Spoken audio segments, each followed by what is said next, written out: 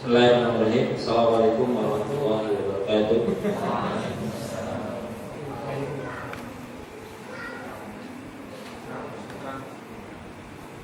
Alhamdulillah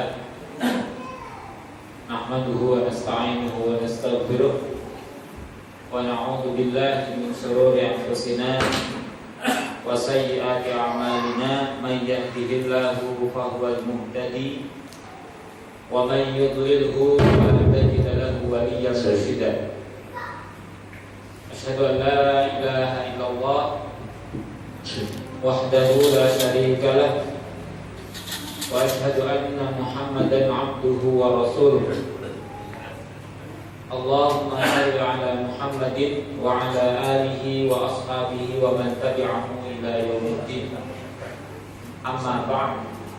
Fa inna asdaqal hadithi kitabullah wa khairal hadi hadi Muhammadin sallallahu alaihi wasallam wa syarrul umuri muhdatsatuha fa inna kulla muhdatsatin bid'ah wa kulla bid'atin dhalalah wa kulla dhalalatin finnar.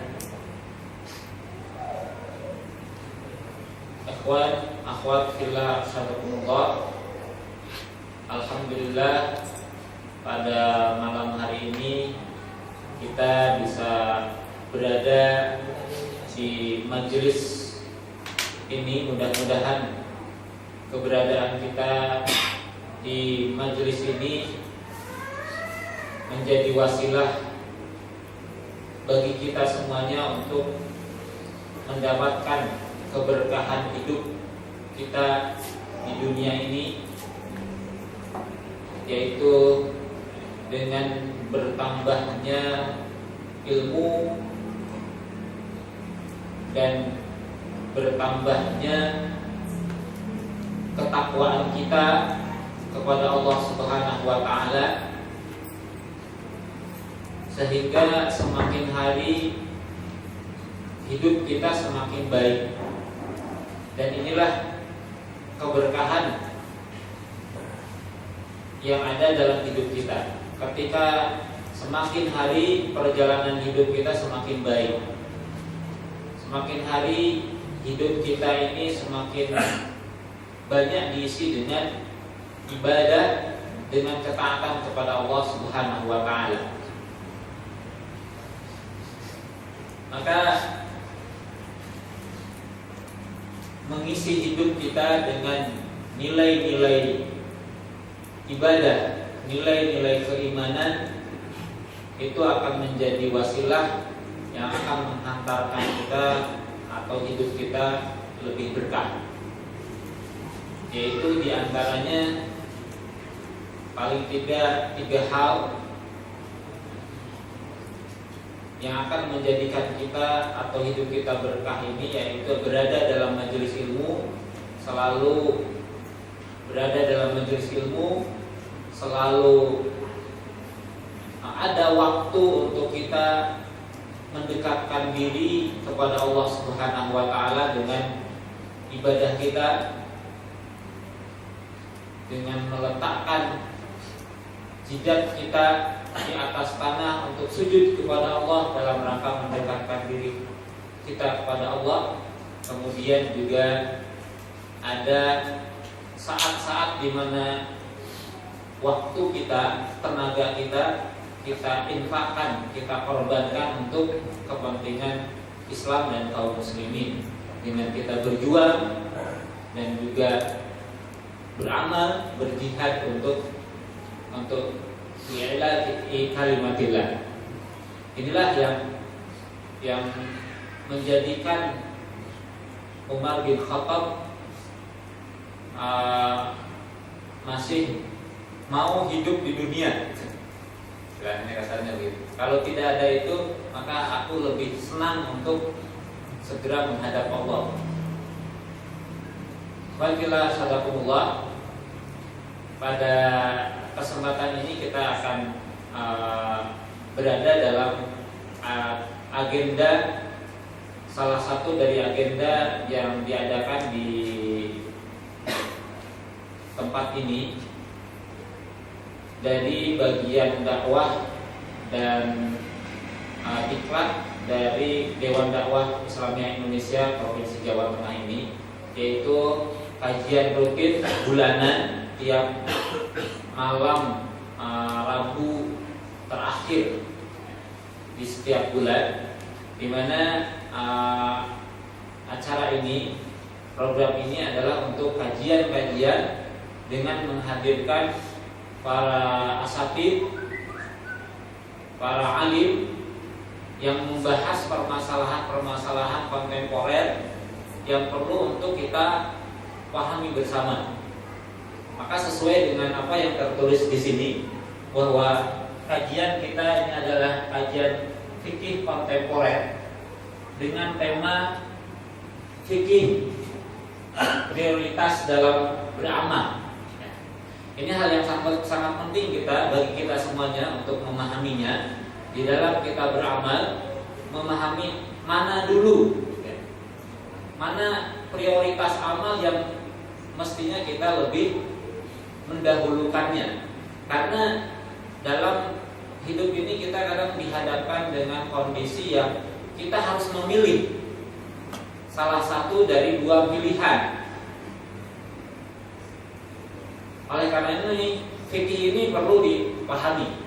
Dalam kesempatan ini, alhamdulillah sudah hadir bersama kita beliau Ustadz Mas'ud Izul Mujahid, salah satu dari yang telah diagendakan untuk mengisi di kajian ini, di mana rencananya dua pengisi di malam ini yang akan mengisi kajian, yaitu Ustadz Fahim dari Magetan, dan beliau Ustadz Mas'ud yang alhamdulillah sudah hadir bersama kita.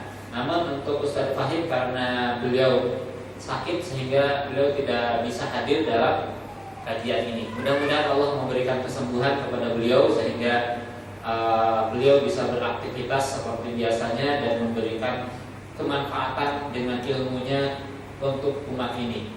Dan juga mudah-mudahan Allah Subhanahu wa taala selalu memberikan kesehatan kepada beliau juga Ustaz Mas'ud, yang tentunya beliau juga banyak mengisi, menyampaikan ilmu yang dibutuhkan oleh umat ini. Ikhwan sekalian yang dimuliakan Allah Subhanahu wa taala, untuk mempersingkat waktu, mari kita buka majelis ini dengan membaca basmalah. Bismillahirrahmanirrahim. Kemudian untuk lebih memaksimalkan waktu, kita akan langsung mendengarkan kajian dari beliau dengan tema tentang fikih prioritas atau fikih aulawiyat di dalam beramal. Maka untuk selanjutnya waktu dan tempat kami aturkan kepada beliau.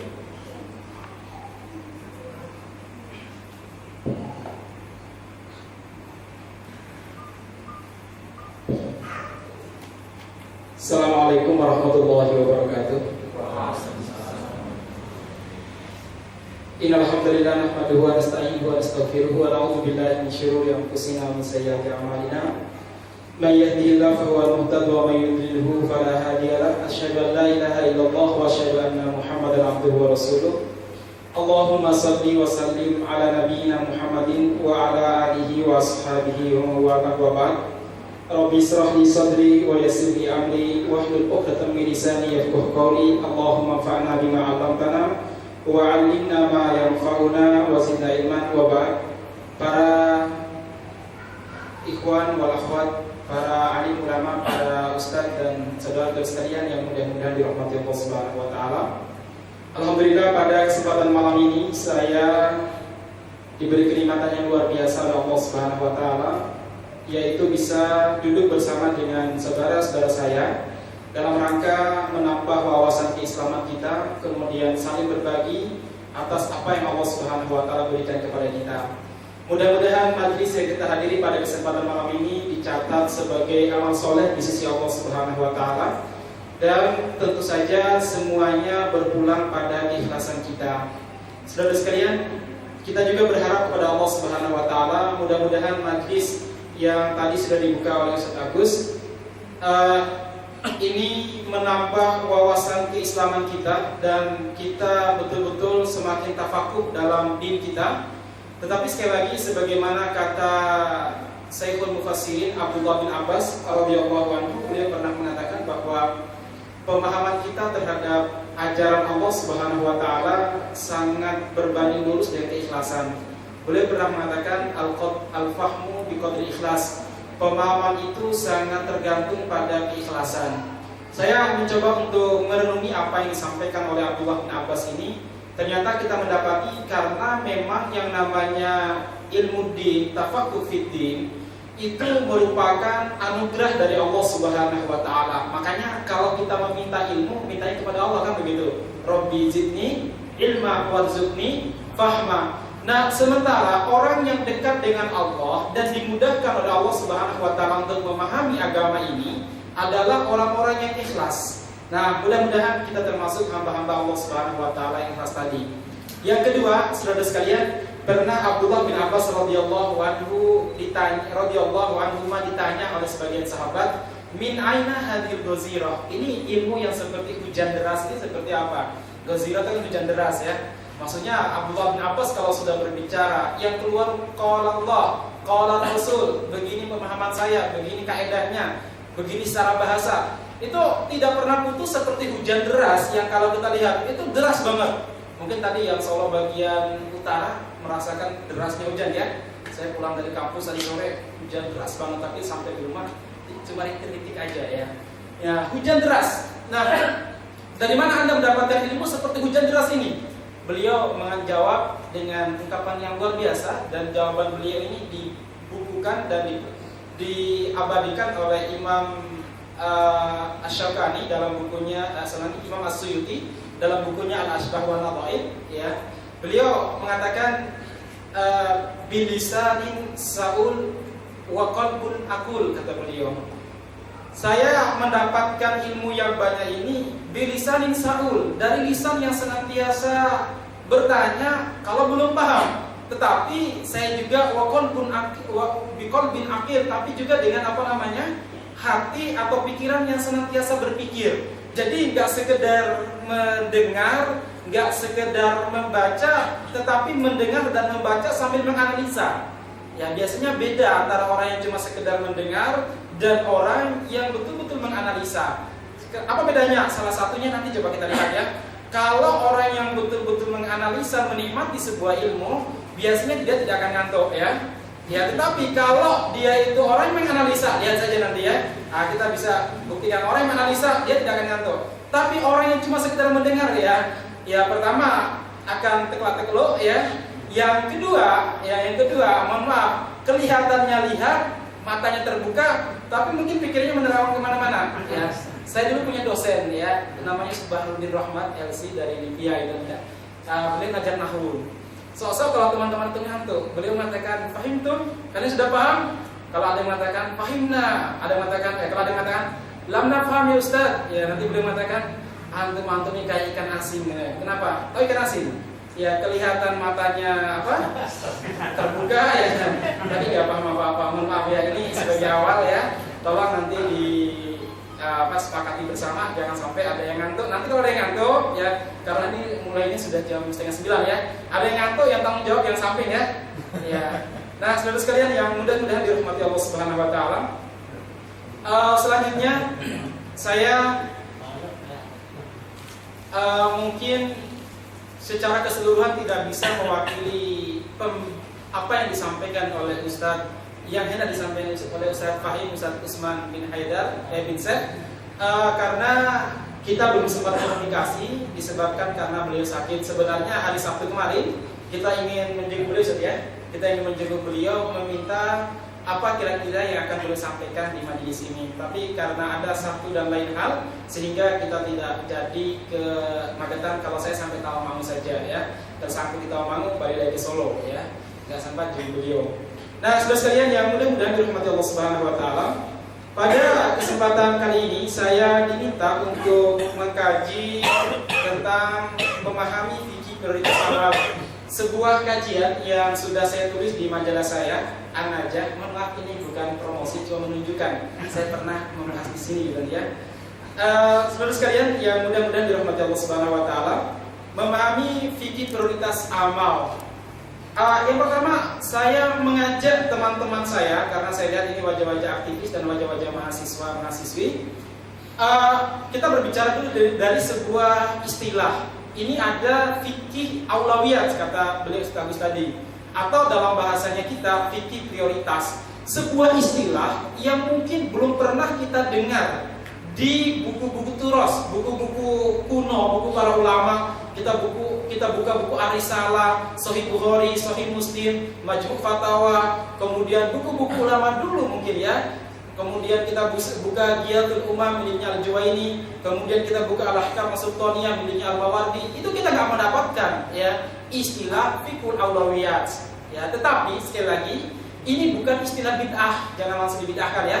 Ya, ini bukan istilah bid'ah, tetapi istilah ini dipopulerkan oleh para ulama kontemporer seperti Syekh Dr. Yusuf Al-Qaradawi, Syekh Dr. Muhammad Al-Wakil, kemudian Syekh saya agak lupa namanya. Beliau pernah menulis sebuah tesis namanya, malah judul tesisnya saya hafal ya. Fiqhul Alawiyat dirosatan Fiqhul Alawiyat fi Tilali Maqasid Syariah. Ya, Al-Karbuli ya sekarang ya. Saya ingat Karbala, mungkin dari Karbala mungkin ya. Namanya Al-Karbuli gitu ya. Nah, saudara sekalian yang mudah-mudahan dirahmati Allah Subhanahu wa taala, ini sekali lagi fikih yang dipopulerkan oleh para ulama kita. Sekali lagi ini bukan istilah bid'ah. Sebab apa? Sebab banyak sekarang istilah-istilah dalam syariat Islam itu belum tercantum dalam Al-Quran maupun As-Sunnah, dan itu tidak pernah para ulama mengatakan sebagai mustalahatul bid'iyah, istilah-istilah bid'ah. Ya, karena menurut Imam At-Tahawi yang menurut Imam Ibnu Abil Is yang mensyarah kitab Aqidah Tahawiyah, beliau mengatakan bahwa al-mustalahat, istilah dalam pandangan Ahlussunnah wal Jamaah terbagi menjadi dua, dan ini disampaikan ulang oleh ulama dan pakar akidah kontemporer yaitu Syekh Profesor Dr. Muhammad Ibrahim Al-Buraikan dalam buku beliau Al-Madkhal ila Dirasatil Aqidah Islamiyah. Ya, beliau berdua menjelaskan bahwa istilah dalam akidah Islam ataupun dalam ajaran Islam ada dua, mustalahatun shahihatun dan mustalahatun fasidatun bid'iyatun. Nah, istilah yang benar boleh kita pegang, dan istilah yang salah ataupun yang fasid, rusak, serta bid'ah. Nah, yang benar yang bisa kita pegang itu ada dua. Pertama, istilah yang sudah tercantum dalam Al-Quran dan As-Sunnah. Contohnya apa? Contohnya ada istilah sholat, ada istilah nikah, ada istilah tolak, ada istilah rujuk, fasakh, dan lain sebagainya. Ada istilah munafik, kafir, musyrik, ya. Tapi kalau ini dipakai, bisa-bisa kita terkena undang-undang radikalisme katanya dia. Saya nggak tahu nih radikal itu apa sih, makhluk apa, sampai 19 situs termasuk situs majalah saya ini diblokir gitu ya. Ya, nggak tahu nih kenapa nih memang. Tapi tadi saya lihat di TV One itu Menko Info ya, itu di une-une dimarah-marahin sama MUI, sama DPR dan lain sebagainya. Katanya ini bentuk teror pemerintah kepada masyarakat. Ini lebih berbahaya. Kenapa? Kalau pemerintah diteror itu punya daya tahan, punya pengamanan. Tapi kalau masyarakat diteror, ya sudah ya, tinggal menunggu giliran saja kan begitu kalau masyarakat diteror ya. Nah, saudara sekalian yang mudah-mudahan dirahmati Allah Subhanahu wa taala,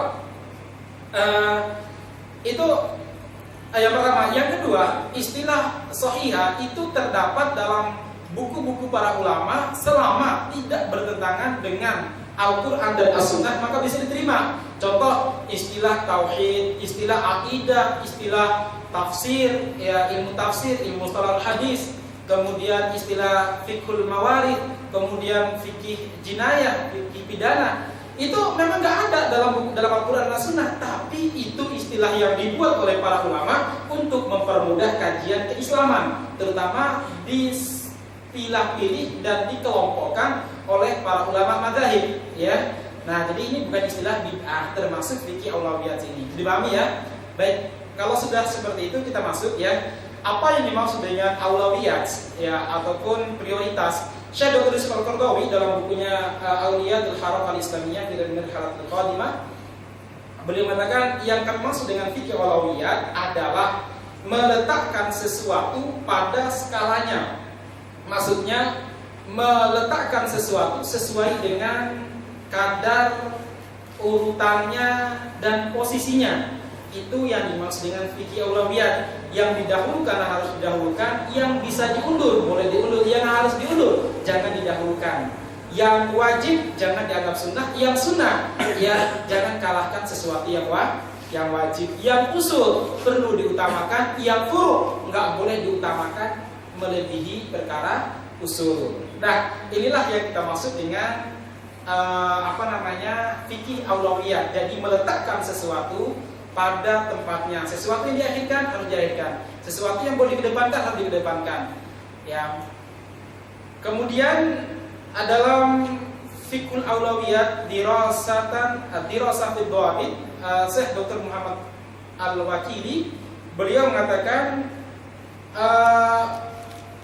yang dimaksud dengan fikul aulawiyat adalah kajian untuk mengetahui hukum-hukum syar'i mana yang sepantasnya didahulukan dari yang lainnya dan dibangun atas pemahaman terhadap tingkatan-tingkatannya beserta wakil atau kondisi lapangan yang menuntunnya. Nanti saya akan jelaskan ini ya. Ini definisi fikih aulawiyat. Jadi kata beliau adalah kajian terhadap hukum-hukum syar'i, lalu meletakkan hukum syar'i mana yang sepantasnya didahulukan dan mana yang seharusnya diakhirkan. Untuk mengetahui fikih aulawiyat ini kata beliau, kita harus memahami maratibul aulawiyat, tingkatan-tingkatan prioritas, wajib mudhoyab, kemudian wajib muwassa, kemudian nanti tingkatan sunnah, ada sunnah muakkadah, ada sunnah ghairu muakkadah, kemudian ada yang mubah, ada yang makruh, ada yang haram ya. Kita harus mengetahui tingkatan-tingkatannya. Yang kedua kata beliau, kita harus memahami wakil, realitas. Kalau nggak paham realitas, kita tidak bisa menentukan skala prioritas ataupun fikih aulawiyat ya. Nah, saudara sekalian, tentang keutamaan kajian fikih aulawiyat ini bisa dilihat pada ungkapan Abdullah bin Amr bin As radhiyallahu anhuma ya. Beliau mengatakan seorang yang cerdas, faqih, bukan orang yang sekedar mengetahui halal haram. Kalau masalah itu gampang, banyak orang yang tahu halal atau haram ya, gampang. Tetapi kata beliau, orang yang disebut faqih, orang yang cerdas, pintar adalah apa? Orang yang mengetahui mana yang paling baik di antara dua kebaikan, di mana dia harus memilih salah satunya. Mana yang paling baik di antara dua kebaikan, sehingga yang paling baik dia lakukan, yang baik saja ya boleh diabaikan karena untuk mengerjakan yang paling baik ya. Kemudian kata beliau, orang yang faqih adalah orang yang mengetahui mana yang paling buruk di antara dua keburukan, sehingga dia bisa meninggalkan sesuatu yang paling buruk dan kalau terpaksa hanya melakukan yang buruk saja ya. Inilah yang dimaksud dengan fikul aulawiyat. Dari sini bisa dipahami ya. Nah, manusia yang bisa memahami fikih aulawiyat ini adalah manusia yang cerdas. Salah satunya adalah Nabiullah Yusuf alaihissalam. Nabi Yusuf alaihissalam ya, beliau adalah di antara manusia yang memahami dan bisa menempatkan skala prioritas ya, berdasarkan definisi yang disampaikan oleh Abdullah bin Amr bin As ya. Beliau termasuk manusia yang bisa menempatkan skala prioritas ya. Salah satunya apa? Ketika beliau dihadapkan pada dua keburukan dan dua-duanya harus dilakukan atau salah satu harus dilakukan. Kalau tidak ya, dua-duanya beliau akan kena dampak gitu ya. Yaitu apa? Yang pertama, beliau digoda untuk berzina dengan wanita-wanita istana. Pilihan pertama, keburukan pertama. Kemudian keburukan kedua adalah apa? As-sijnu. Beliau akan dipenjara. Ya. Ini Nabi Yusuf alaihissalam yang luar biasa kecerdasannya, sudah cerdas. Beliau juga termasuk sebagaimana kita ketahui nabi maupun manusia yang paling tampan, begitu ya? Betul? Salah.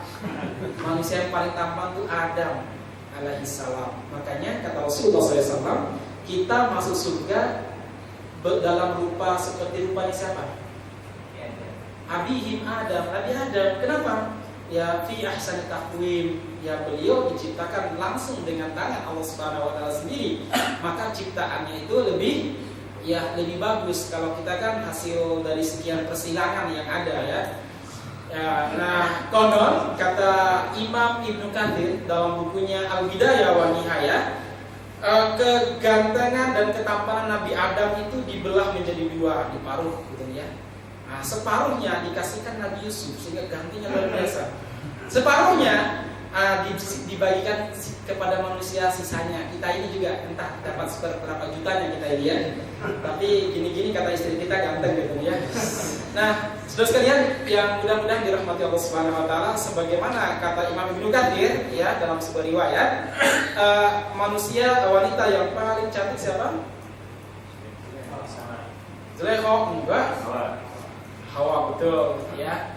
Nah, Hawa di kecantikannya dibelah menjadi dua. Separuhnya dikasihkan kepada siapa? Siapa? Maryam. Sarah. Siapa Sarah?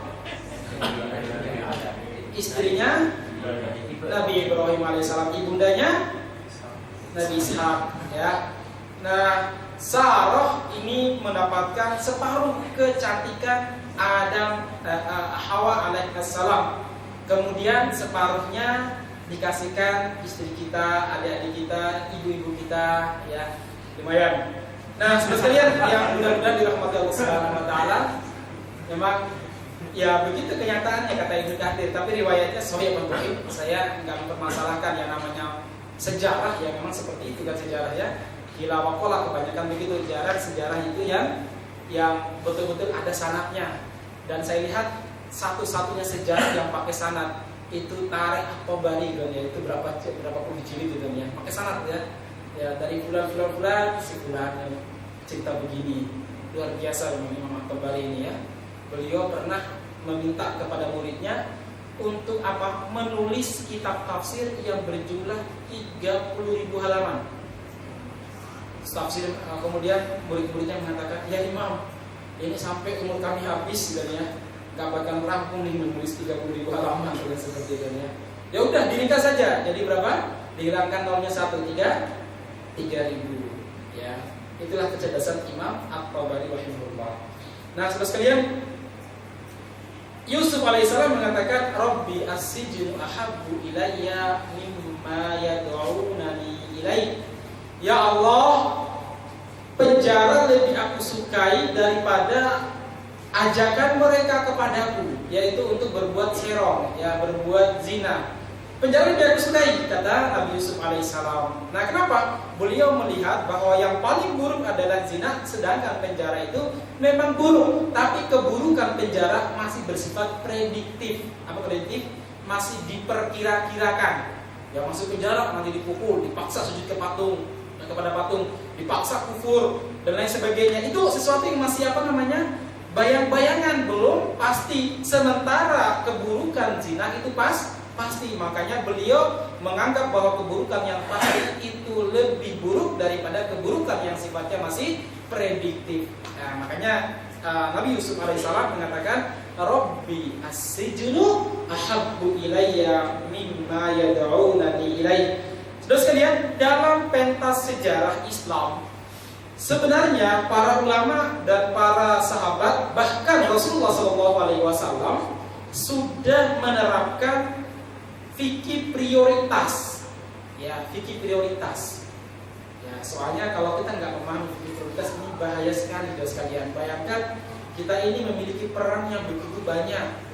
Satu sisi kita seorang suami dari seorang istri yang kita dituntut untuk memenuhi hak-haknya.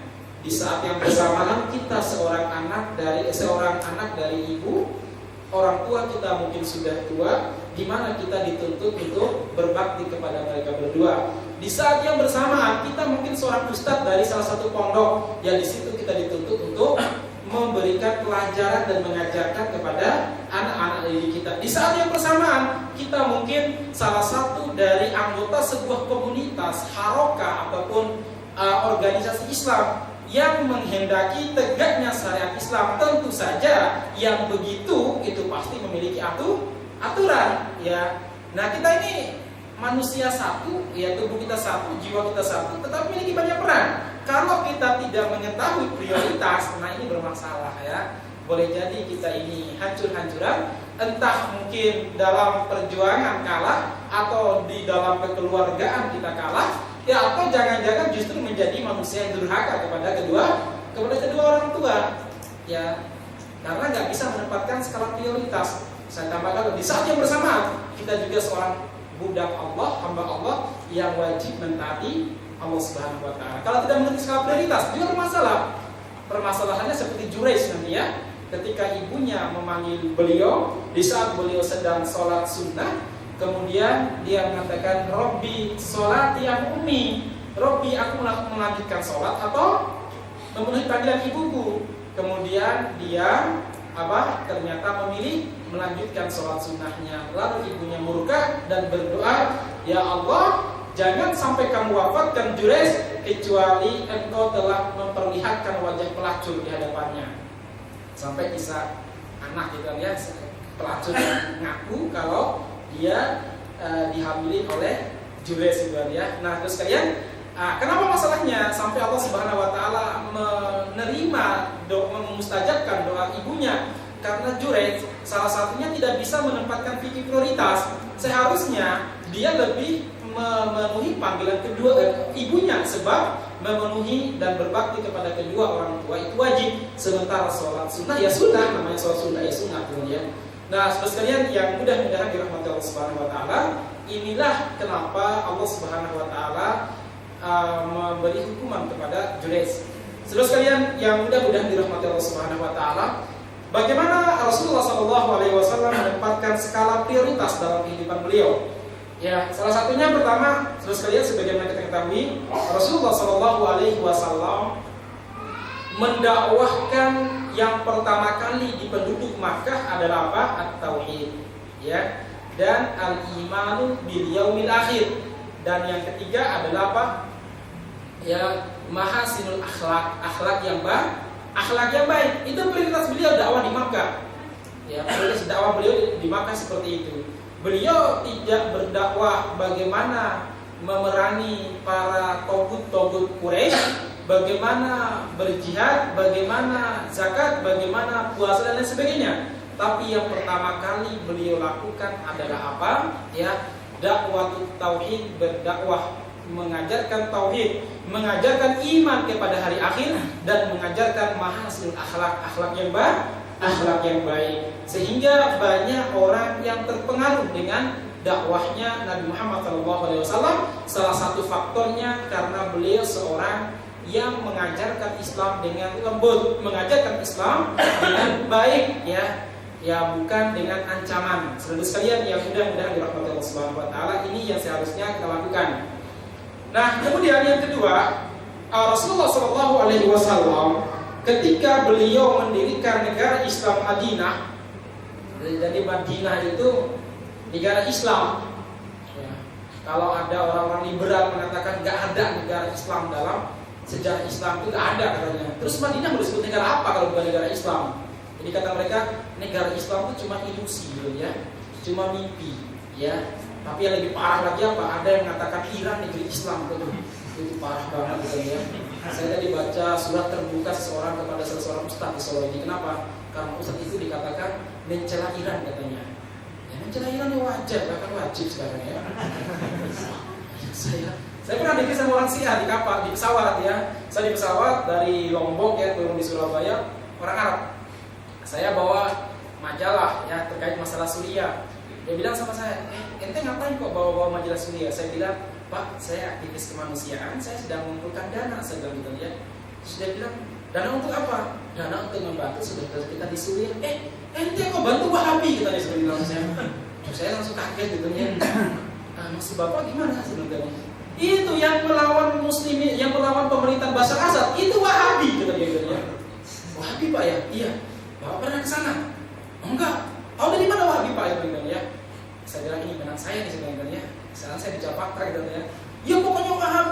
Sebab ya yang membenci Syiah itu cuma Wahabi. Iran itu paling berani melawan Amerika Serikat. Ya, begini Pak ya. Begini Pak. Menurut Bapak Wahabi anti tasbih. Kalau yang pakai tasbih Wahabi. Oh enggak gitu kan ya. Nah orang Suriah Pak kemana-mana pakai tasbih segala gitu ya. Bapak ini nggak pernah lihat. Saya itu ke Suriah lihat mereka pakai tasbih. Bahkan saya pulang dari Suriah hadiahnya tasbih itu masih ada di rumah itu ya. Saya nggak tahu bingung mau diapain itu tasbih itu. Hadiah tasbih saya bilang gitu ya. Terus Bapak tahu Wahabi itu kunutan nggak? Enggak kunut. Nah orang Suriah Pak, kalau kita nggak kunut disuruh ngulangi sholat kita sebenarnya. Itu Pak Wahabi Pak ya sebenarnya. Dia tapi dia melawan Iran. Iran itu paling berani melawan Amerika Serikat. Saya bilang Bapak salah. Yang paling berani melawan Amerika Al-Qaeda Pak sebenarnya. Itu sampai Usama dibunuh sama Amerika itu ya. Wah, tapi kan Al-Qaeda itu kan teroris apa? Apa antek Amerika? Karena yang meneruskan Al-Qaeda itu cuma Amerika. Bapaknya antek Amerika sebenarnya. Dia bingung lagi itu ngomong apa ya. Betul ya? Memang orang nggak berpikir memang seperti itu, jangan ngomong lagi. Tapi bagaimanapun ya, menurut saya pokoknya Iran itu paling berani melawan Amerika Serikat ya. Saya bilang Bapak bilang paling berani melawan Amerika Serikat. Ini presiden yang terbaru siapa Rouhani itu. Dia datang ke Obama minta bantuan untuk memerangi muslimin di Irak. Itu anti Amerika Pak sebenarnya. Kayaknya dia ini sumum bukmun anin media gitu ya. Saya nggak paham dia banget gitu ya orang seperti itu. Ya sama hari ini doktrinnya orang-orang Syiah di Solo ini nggak usah percaya media. Media itu buatan orang kafir. Terus yang dipercaya siapa gitu ya. Kalau bukan media Anda juga pernah kesana gitu ya. Nah, saudara sekalian yang mudah-mudahan dirahmati Allah Subhanahu wa taala, terus sampai pada kalimat yang mengatakan kalau kita lihat sejarah dia bilang yang paling anti kodoliman itu Imam Khomeini. Saya bilang Khomeini itu tokoh jinik internasional Pak sebenarnya. Istighfar kamu. Saya bilang Bapak yang harus istighfar. Kenapa? Membela orang munafik Pak, nggak takut dibandingkan bersama dia di neraka sebenarnya. Ya, saya lama sekali dialognya sampai pesawat landing ya. Berarti berapa terbangnya ya? 1 jam lebih ya. Lombok itu ya. Sampai pesawat landing di Surabaya, saya bilang sama dia, kan dia orang Arab. Ya ya, hadakallah sebenarnya. Enggak kebalik, ente yang hadakallah dan dia. Hadakallah aja Pak. Semoga Allah memberi hidayah saya bilang. Dia bilang enggak kebalik antum yang hadakallah sebenarnya. Ya udah. Ya berarti ini memang fa'adil adilah jahil itu memang seperti itu, harusnya ditinggalkan semuanya. Nah, terus kalian yang mudah-mudahan dirahmati Allah Subhanahu wa taala. Jadi sekali lagi Islam Madinah adalah negeri Islam. Ya, sebagaimana sabda Rasulullah SAW, kalau mengutus para dai, para panglima perang untuk bertempur atau berdakwah, nanti beliau di antara pesan beliau adalah apa? Fa'idha aslamu, kalau mereka sudah masuk Islam, maka fa'murhum, maka perintahkanlah kepada mereka ayat terkadar kufrin wa yalhiqa bidari Islam, untuk meninggalkan negeri kufur dan hendaklah mereka bergabung dengan negeri Islam. Berapa? Berarti Madinah saat itu merupakan potret negeri Islam. Rasulullah sudah menyebutkannya gitu loh. Ya. Nah, saudara sekalian yang mudah-mudahan dirahmati Allah Subhanahu wa taala, pada zaman Rasulullah Sallallahu Alaihi Wasallam ada banyak sekali musuh yang beliau miliki. Ada orang-orang Romawi yang beragama Kristen.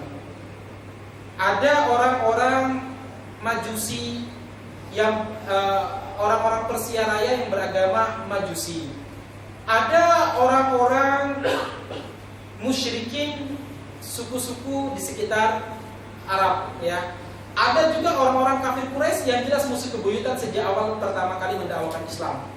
Nah, saudara sekalian, di antara sekian musuh ini beliau harus memprioritaskan, memikirkan bagaimana kondisi dan kekuatannya, kemudian mana yang paling berbahaya. Lalu beliau mengutamakan dan fokus memerangi kafir Quraisy. Bukan berarti beliau nggak ingin memerangi Romawi ataupun Persia, tapi ini masalah prioritas. Sebagaimana hari ini kalau ada sebagian mujahidin itu memprioritaskan memerangi Amerika Serikat dan anteknya dari kalangan Yahudi, bukan berarti mereka itu menolak ataupun berteman dengan orang-orang Syiah, bukan.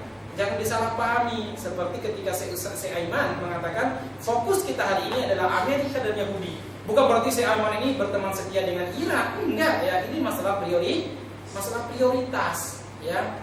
Ya, apalagi ketika kondisi umat Islam lagi lemah. Ya, pikir fokus dulu pada satu musuh sebagaimana Rasulullah SAW. Baru kalau sudah memiliki kekuatan, bolehlah kita itu menyebarkan ancaman ke berbagai musuh. Tapi kalau belum punya kekuatan, jangan menyebarkan ancaman dulu. Kenapa? Ntar dikeroyok sama musuhnya. Nah, saudara sekalian, ini fikul aulawiyat pada zaman Rasulullah SAW. Kemudian hal lain adalah apa? Sebagai bukti Rasulullah SAW kalau menjawab pertanyaan para sahabat itu beda-beda. Ya, membuktikan beliau itu melihat prioritas masing-masing sahabat ini beda. Ada salah seorang sahabat datang kepada Rasulullah meminta izin untuk berjihad. Rasulullah SAW bertanya, ya ahayyan abuka wa ummuka, apakah kedua orang tuamu masih hidup? Sahabat tersebut menjawab, betul ya Rasulullah. Fafihima fajahid, maka untuk berbakti kepada keduanya bersungguh-sungguhlah kamu pulang sana. Tetapi ada sebagian sahabat datang minta izin tidak berperang, namun Rasulullah SAW tidak mengizinkannya.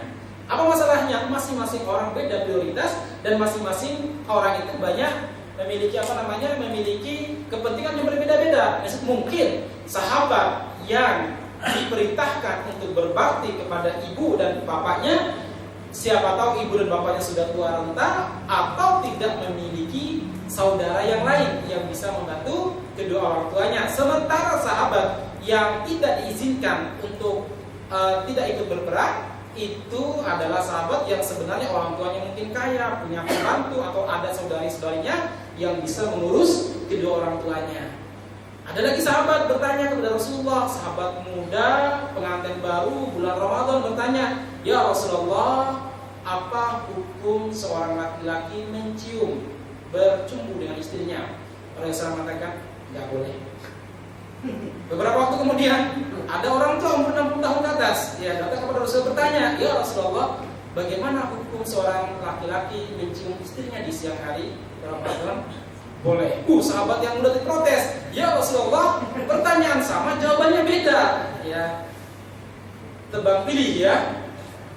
Nah, ternyata ada bedanya. Kalau muda, ya jelas, ya mengarah pada sesuatu yang nanti membuat dia makin berat, kafaroh ya. Sedangkan yang tua sangat mungkin tidak seperti itu. Nah, terus sekalian, ini namanya fikul aulawiyat ya.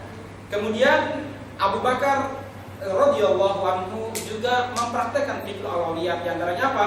Beliau lebih mendahulukan memerangi orang-orang murtad daripada orang-orang Romawi ataupun Persia. Kenapa? Al-murtadun, orang-orang murtad, asyaddu dararan 'alal muslimina wal Islam. Mereka lebih sangat berbahaya bagi Islam dan umat Islam daripada orang kafir asli ya. Tapi maksudnya murtad yang benar ya. Ya, jangan murtad menurut kita ya, sebagaimana ada orang-orang yang mengatakan Hamas itu telah murtad ya. Maka kalau aku punya peluru, atau dia ngomong seperti itu, ya maka 9 peluru aku tembakkan ke Hamas, 1 peluru itu ke Yahudi katanya. Karena ya Hamas lebih berbahaya. Itu ada ya kelompok-kelompok yang terlalu dulu dalam takfir katanya, terlalu terlalu ekstrim dalam mengkafirkan. Banyak hari ini, terutama di Indonesia ini banyak, dan dibiarkan oleh Barat gitu ya. Itu dibiarkan. Bahkan saya lihat situsnya yang jelas-jelas mengkafirkan NKRI, mengkafirkan presiden dan DPR RI, itu nggak diblokir gitu ya. Sementara situs-situs Islam yang benar itu malah diblokir. Saya khawatir ini ada pembiaran gitu ya, sengaja nanti kalau pas butuh Densus sampai NPT bisa panen gitu ya, kalau ada isu apa yang dimainkan gitu ya. Nah, saudara sekalian yang mudah-mudahan dirahmati Allah Subhanahu wa taala. Kemudian pada zaman para ulama, para pemimpin Islam juga seperti itu. Misalkan Salahuddin Al-Ayyubi rahimahullah, beliau menempatkan skala prioritas dalam perang. Beliau dihadapkan pada 2 peperangan, melawan orang-orang salib di Yerusalem, Palestina, dan melawan orang-orang Syiah di mana? Di Mesir, Daulah Fatimiyah di Mesir. Nah, akhirnya Salahuddin Al-Ayyubi beristihad, yang pertama kali diperangi itu mana? Ya, yang pertama diperangi adalah orang-orang Syiah di Mesir. Kenapa? Beliau berpikir selama ini seringkali umat Islam gagal merebut kemenangan dari orang kafir karena pengkhianatan orang-orang Syiah. Betul-betul. Ya, apa yang diprediksi oleh Salahuddin Al-Ayyubi betul. Setelah Fatimiyah hancur, maka jalan menuju Yerusalem terbuka lebar. Akhirnya Salahuddin Al-Ayyubi menaklukkan dengan mudah Yerusalem. Ya, ini Salahuddin Al-Ayyubi, dan beliau mengumpulkan pasukan untuk menggempur Syiah di Suriah, wilayah namanya wilayah Jabal Akrot. Jabal Akrot itu wilayah Latakia, tempat kami dulu di sana ya. Saya dulu pas sampai di sana bingung, ini kok disebut Jabal Akrot ya. Saya bertanya kepada salah seorang pengawal mujahid ya, saya bertanya, ya akhi, limada sumya hadza bil Akrot, di Jabal Akrot ya. Haduna Akrotun katsirah sebenarnya. Kenapa kok disebut ini dengan Jabal Akrot, gunung gunung monyet gitu. Akrot kan monyet gitu ya. Ya, apa di sini banyak monyet, saya bilang gitu ya. Dia ketawa, dia bilang, akhi, la tujadul akrotuna ya, nggak ada monyet di sini. Kalau ada mati kedinginan, dia bilang ya. Kenapa? Kalau pas musim dingin salju yang turun gitu ya. Terus kalau disebut Jabal Akrot, kenapa sebenarnya? Kaf lal qaf dia bilang. Kaf akrot, bukan akrot. Oh gitu. Kurdi sebenarnya. Iya. Kenapa disebut Kurdi? Dulu Salahuddin Al-Ayyubi mengumpulkan dan memobilisasi pasukan untuk menggempur Fatimiyah Mesir dari sini, maka disebut Akrot karena suku Salahuddin Al-Ayyubi adalah Kurdi. Dan insya Allah kata beliau, kami juga memobilisasi mujahidin di sini untuk menggempur Iran, kata seperti itu ya, mengulangi sejarahnya Salahuddin ya, insya Allah kata kita ya. Nah, saudara sekalian yang mudah-mudahan dirahmati Allah Subhanahu wa taala, ini Salahuddin Al-Ayyubi. Kemudian sebenarnya dalam mengkaji fikih prioritas, kita harus mengkaji 3 poin ini sebenarnya ya, agar kita itu bisa memahami prioritas yang benar apa. Kata Dr. Muhammad Al-Wakili, kita tidak akan bisa menempatkan prioritas dengan baik tanpa memiliki 3 ini. Makanya ya 3 ini harus kita kaji dulu. Apa itu? Ya fiqhul masalih wal mafasid. Fikih mengetahui perkara yang mafsadah dan maslahat. Ini kajiannya ulama maqasidus syariah, ini ulama usul fikih ya, yang yang paham masalah ini. Yang kedua, kita harus memahami waqi'. Apa waqi'? Realitas. Soalnya kalau kita tidak memahami realitas, nanti fatwanya bisa bermasalah.